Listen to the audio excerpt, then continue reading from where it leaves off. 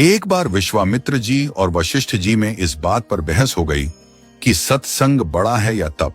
विश्वामित्र जी ने कठोर तपस्या करके रिद्धियां सिद्धियां प्राप्त की थीं, इसलिए वे तप को बड़ा बता रहे थे, जबकि वशिष्ठ जी सत्संग को बड़ा मानते थे।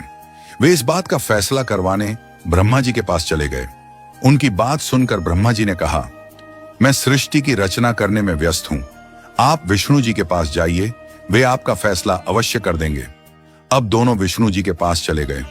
विष्णु जी ने सोचा, यदि मैं सत्संग को बड़ा बताता हूं तो विश्वामित्र जी नाराज होंगे, और यदि तप को बड़ा बताता हूं तो वशिष्ठ जी के साथ अन्याय होगा। इसलिए उन्होंने यह कहकर उन्हें टाल दिया, मैं सृष्टि का पालन करने में व्यस्त हूं, आप शंकर जी के पास चले जाइए। अब दोनों शंकर जी के पास पहुंचे। शंकर जी ने कहा, यह मेरे वश की बात नहीं है, इसका फैसला तो शेषनाग जी कर सकते हैं। अब दोनों शेषनाग जी के पास गए।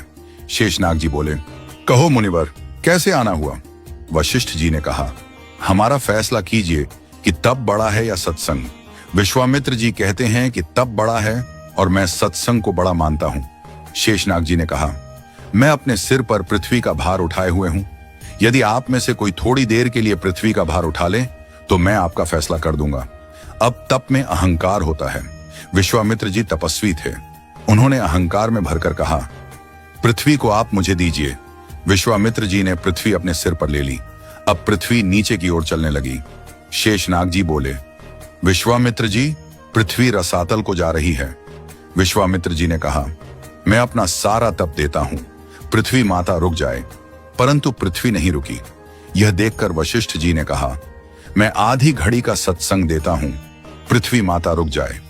पृथ्वी वहीं रुक गई। शेषनाग जी ने पृथ्वी को अपने सिर पर लिया और बोले, अब आप लोग जा सकते हैं। विश्वामित्र जी बोले, लेकिन हमारी बात का फैसला तो हुआ नहीं है।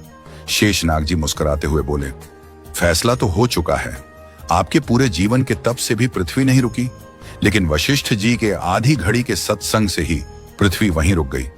इससे सिद्ध होता है कि तप से सत्संग ही बड़ा होता है। हमें नियमित रूप से सत्संग सुनना चाहिए।